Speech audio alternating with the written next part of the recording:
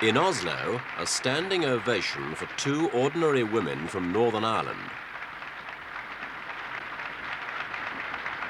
They came here from the back streets of Belfast to receive a special prize for peace, an achievement all the more astonishing because in less than 6 months they've won respect and support for their cause from all over the world, and more important, set thousands of people back in Ulster probing at the roots of centuries of prejudice, hatred and violence.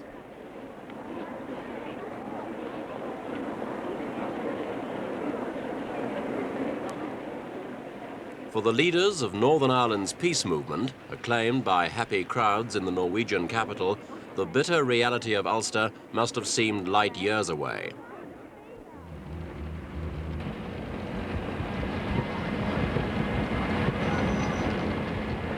These scenes are all too common in the city of Belfast in Northern Ireland. For 7 years, street fighting and its bloody aftermath have become part of the daily routine.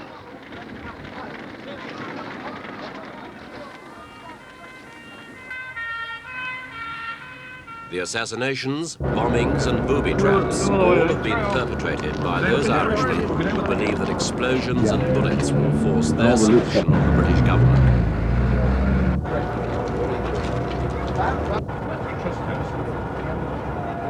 Ireland has been a thorny problem for more centuries than most Britons care to remember, and many on the other side of the Irish Sea would rather let the Republicans take Northern Ireland than see the daily killings continue. But it's not as simple as that. A huge proportion of Ulster men are loyal to Britain, and they want no truck with separatism.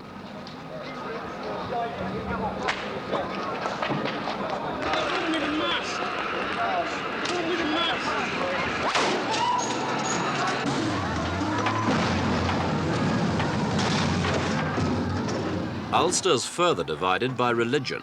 Here, Protestant and Catholic aren't merely religious leanings. They're identities which dictate where a family lives, where a man works, who a child's allowed to play with.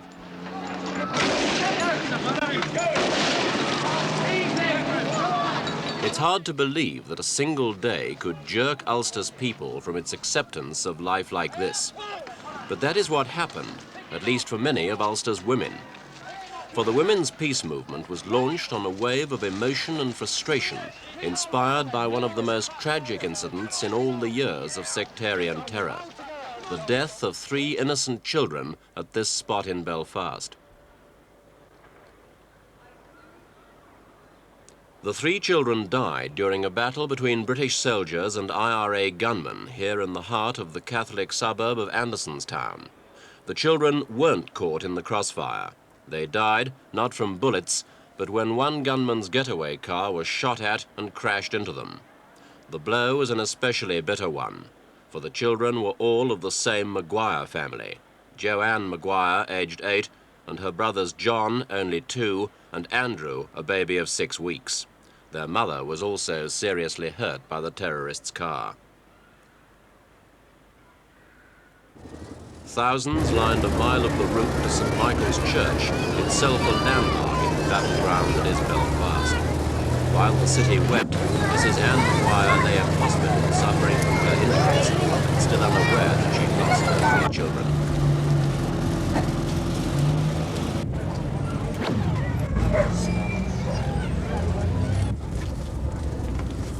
There was a flood of sympathy for the Maguires, unusually widespread in a city that's known more than its share of grief.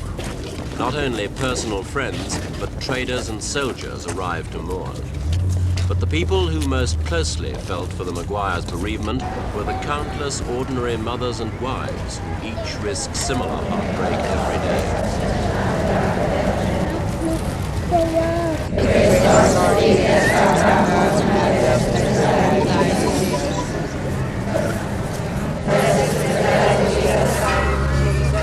Children's deaths revolted Belfast women. They stood up to be counted, organised petitions calling for the safety of their families. In opposing the bloodshed, they tried to salvage some vestige of purpose from the otherwise empty deaths of the young Maguires. Could you tell us why you think that feeling is so strong at the moment in Andersonstown? Well, I think generally the people are disgusted that 3 children had to die for no apparent reason that we can see. They were walking along the road peacefully with their mother. The rest of us just might have been doing the same thing. We're appalled that it happened. We know Anne, we know she's very quiet. We feel that our own children might have been involved. We just think that it's a shame that people can't walk the streets in peace and with some kind of Christian charity for each other, knowing that we're safe. Our children aren't safe and we aren't safe. So what are you... It's the instinct in every mother, and I think that's why it's the mothers in Andersonstown that have started this. It's just sort of started, just because feeling is very high and they realise that something will have to be done. That could be our child. And women...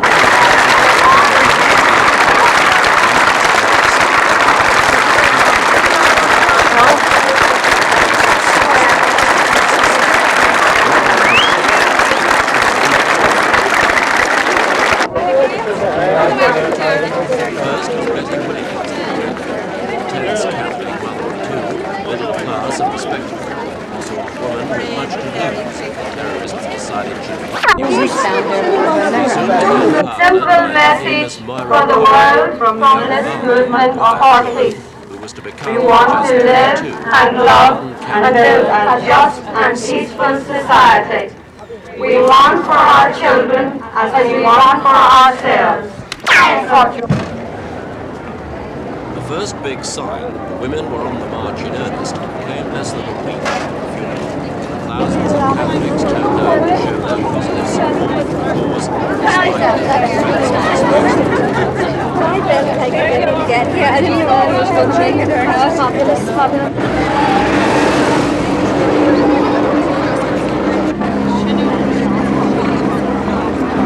These demonstrators were accused of being collaborators with the British and traitors to their kind. Women marched on.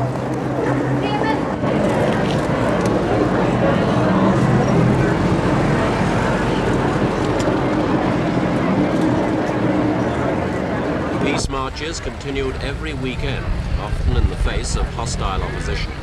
10,000 gathered for this one in October.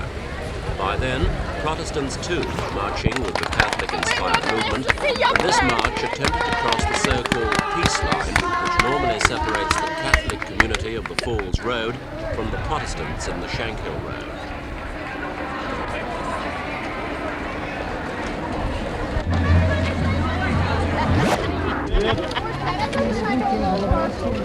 The march was a brave attempt to unite at least some of the ordinary people and to demonstrate that religion need be no bar to brotherhood. Another faction didn't see it that way.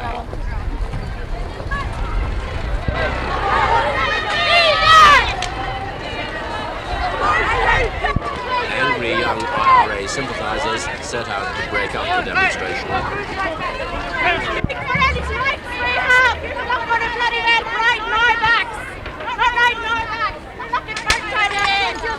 Youths who pelted the peace people with stones and bottles injured 16, 12 of them women.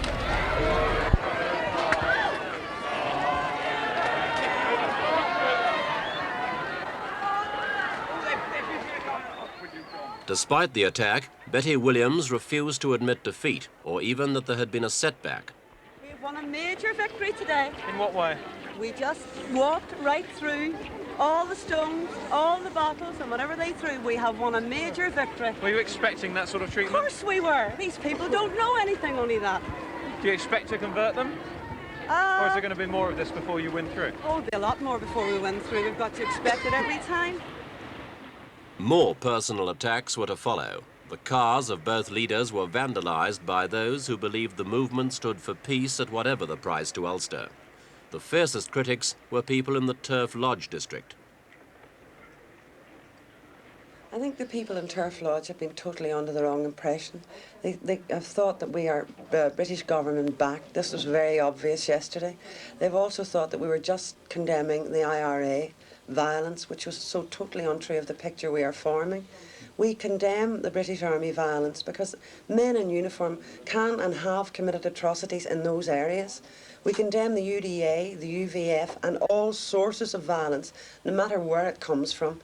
And the people in Turf Lodge for three solid weeks now have had a very hard time from the British Army.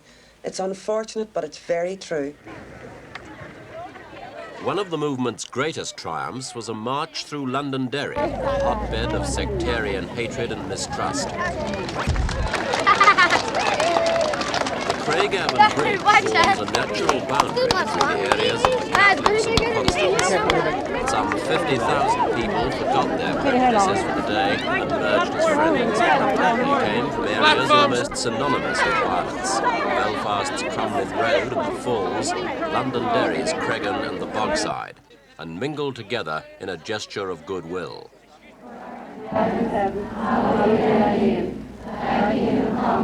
Thy will be done here as in heaven. Give us this day our daily bread, and forgive us our trespasses, as we forgive those who trespass against us. And lead us not into temptation, but deliver us from evil. For thine is the kingdom, the power, and the glory, forever and ever. Do you really think that the women of Northern Ireland have the power to end the violence? Well, I think they've shown that, haven't they? Everyone that's standing here today came for peace. Are you not worried that this movement might... The hand that rocks the cradle will rule the world. You're And not our worried... women have started already. Every one of them. Do you think it might burn itself out too quickly, this movement? Are you joking or something? It's gathering momentum. It's not burning itself out. The provisional Sinn Féin...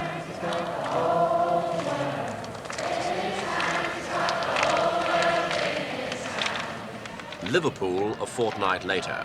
In September, the peace movement brought its message to England, to Merseyside with its vast immigrant Irish community. At the pier head, more than 5,000 took part in the movement's first rally outside the province, and here there were no incidents to mar the day. The aim of the English rally was simply to show Britain as a whole that there are plenty of Northern Irish who genuinely put peace first. And I'd like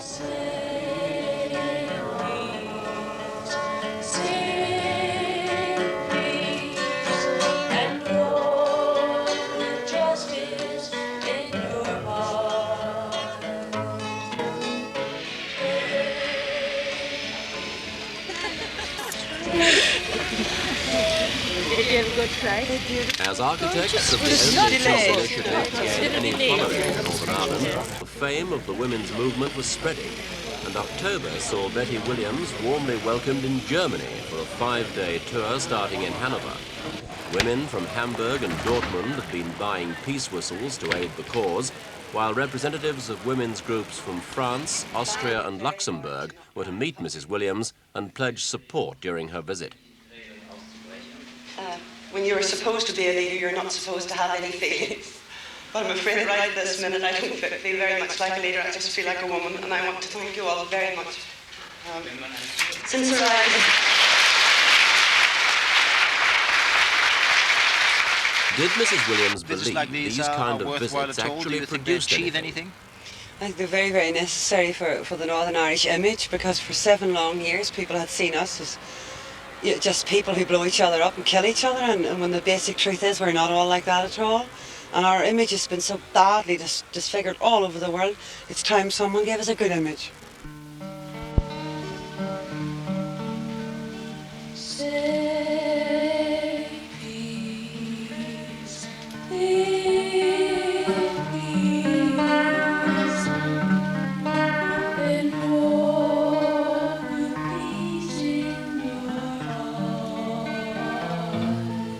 As mothers and wives, the women of Germany have lost millions of their men in 2 world wars. The movement's peace hymn moved them, struck a responsive chord.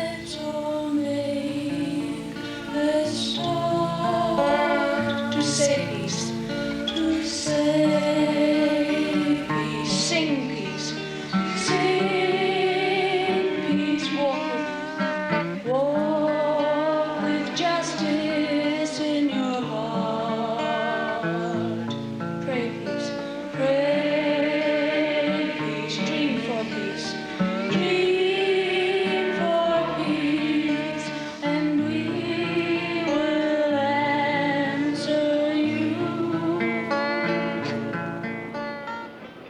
Armed only with words, the peace leaders next set their sights on the illegal traffic in arms supplies from America to the IRA.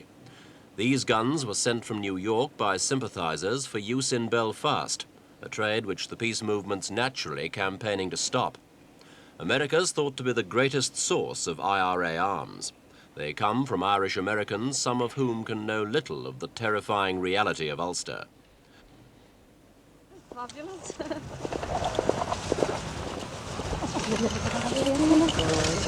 The women would have liked to have broadcast on New York's TV, but they had to settle for New Orleans after police advised them to take seriously the numerous threats made on their lives. They wanted to tell American sympathizers exactly how their support would be used on the streets of the city, but the IRA struggle is no romantic rebellion. This is how Moirad Corrigan put it. I actually did hear that my sister's 3 children had been killed, and the next day I went to the morgue with my brother-in-law, Jackie McGuire, and we seen his 2 little children lying. Joanne was 8 years of age, she was lying with her baby brother in her arms, 6 weeks, baby Andrew. And his little son John was only 2.5, and the baby's brain was dead, and they were waiting on the child to die. And his wife wasn't expected to live. And we came from there and we went up to the local priest's house to make arrangements, and my brother-in-law said, we'll leave it off to Friday till the baby dies, and then we'll have a triple funeral. And I don't think my wife's going to live. And the priest said to him, I have some reporters here, and he says, well, I want to speak to the press. And the press came in and he said, I condemn the IRA, and I condemn all acts of violence, because the IRA were operating in an area where the children were running around in their hundreds, and they called the death of 3 children an accident of war. These are the people, and left me free to do the same. They are the people. You did speak out, you know, you sort of...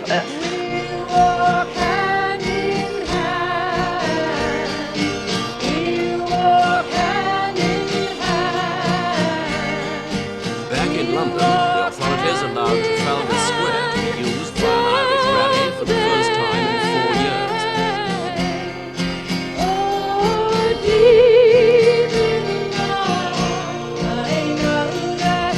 Chartered planes and trains brought tens of thousands of supporters, including contingents from most parts of Europe and the United States. One speaker was Mrs. Christopher Hewitt Biggs, nothing can widow redeem of the British the loss ambassador to Dublin, of Christopher, killed by an Ulster my bomb. husband, to our children and to me. But I feel a continual compulsion to try to turn this sense of waste into something positive. The peace movement want reason and peace finally to prevail over misunderstanding and violence.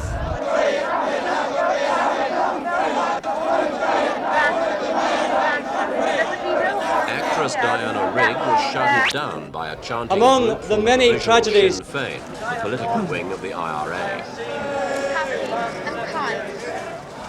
All of you The for rally coming appeared here to achieve today, its objective of because showing in England coming that here thousands today, of people in Ulster you want proved nothing more something than to lead I have ordinary, always safe said. lives. When we said we were taking our rallies to England, our critics said, but the English do not care, the people of the world do not care. You have come here, our people in Northern Ireland, not only who are Protestants and Catholics, Northern confrontation. Ireland, But we- England, America, Africa, Asia.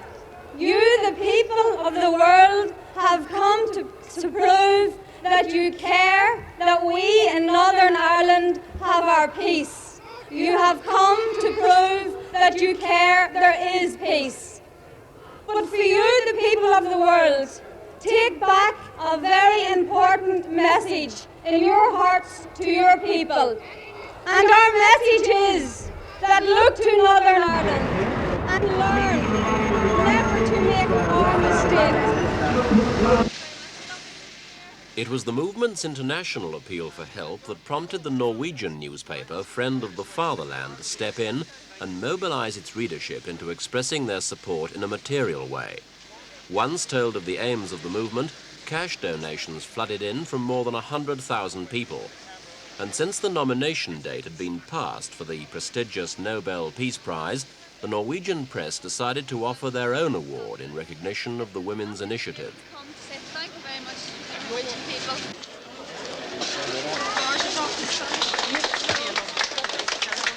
They were welcomed in Norway with the warmth and enthusiasm that's marked all their travels abroad.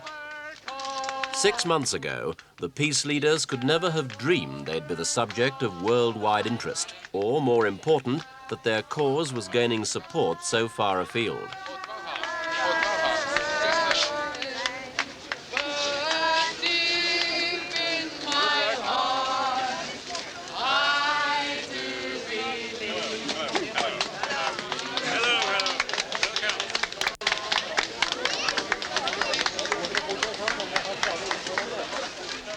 The movement has confounded the cynics.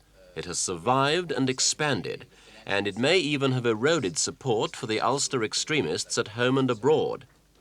But what has it done for the deprived people of Belfast? The £200,000 prize handed over in Norway will go towards overdue community projects. So we asked Betty Williams how important the fundraising aspect of her activities had been. Well, when this peace movement started, it was very idealistic on my behalf anyway. I think perhaps Mairead and I were very idealistic about it, because we firmly believed that when we got people together as one body to march together for peace, that peace would happen. But in 14 weeks, I have been very well educated on the Northern Irish problem. The problem is social. It stems from simply lack of everything. The first lack is lack of communication between the two peoples, Protestant and Catholic. That was a total lack. Now that communication is getting together. The second lack was jobs, factories. The third lack was social amenities. It's very, very much a social problem. How can you expect people who have been so demoralised for many, many years and living like two divided tribes to ever get together unless money does come into it? Northern Ireland is, well, I suppose you could call it impoverished, and that's violent. The fabric of Ulster's movement is so badly needed catching up. These movements give the thousands of much-needed prop to lean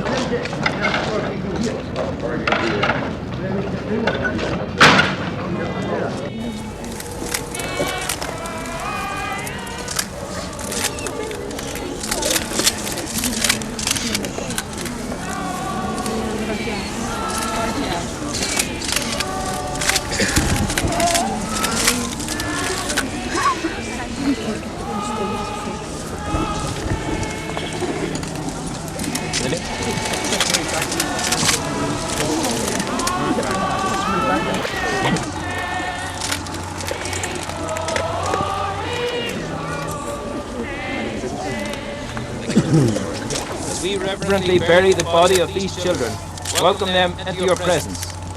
And with all the saints, let them rejoice in you forever. Northern Ireland's problems have lain too deep for too long to be easily overcome. But Ulster's women have lived up to their pledge to the Maguires. May they rest in Almighty. In the name of the Father, and of the Son, and of the Holy Spirit.